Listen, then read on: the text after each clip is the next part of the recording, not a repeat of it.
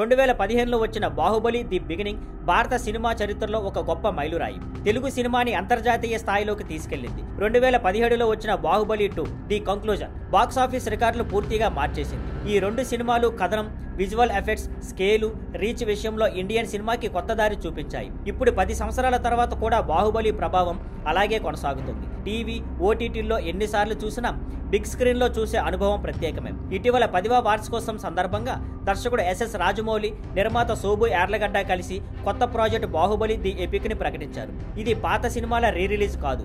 బాహుబలి 1 మరియు బాహుబలి 2ని కలిపి ఒకే కథలా కట్ చేసి కొత్త థియేట్రికల్ ఎక్స్పీరియన్స్ గా చూపించబోతున్నారు. ఈ సినిమా 2025 అక్టోబర్ 31న ప్రభాస్ బర్త్డే వీక్ లో వరల్డ్ వైడ్ రిలీజ్ అవుతుంది. తాజాగా విడుదలైన టీజర్ ను ఇప్పటి వరకు బాహుబలిలో చూసిన బెస్ట్ వెర్షన్ అని అంటున్నారు. కొన్ని సీన్లలో కొత్త సీజే ఎన్హాన్స్మెంట్స్ కూడా చేశారని టాక్. కొత్త సన్నివేశాలు కూడా ఉండొచ్చని ఇండస్ట్రీలో చర్చ జరుగుతుంది. రాజమౌళి మాట్లాడుతూ, 2 సినిమాలు మొదటి నుంచే ఒకే కథగా ప్లాన్ చేశాం, కానీ అప్పట్లో ఒక సినిమాలో సరిపోలేదు. ఇప్పుడు కొత్త అనుభవంగా చూపించాలని అనుకున్నాం అన్నారు. ఈ cinema IMAX, 4DX, D-Box, epic, Dolby cinema వంటి ప్రీమియం ఫార్మాట్స్ లో రానుంది. కొత్త ఎడిటింగ్, బెటర్ విజువల్స్ తో ఇది నిజమైన కొత్త రిలీజ్, రీ-రిలీజ్ కాదు.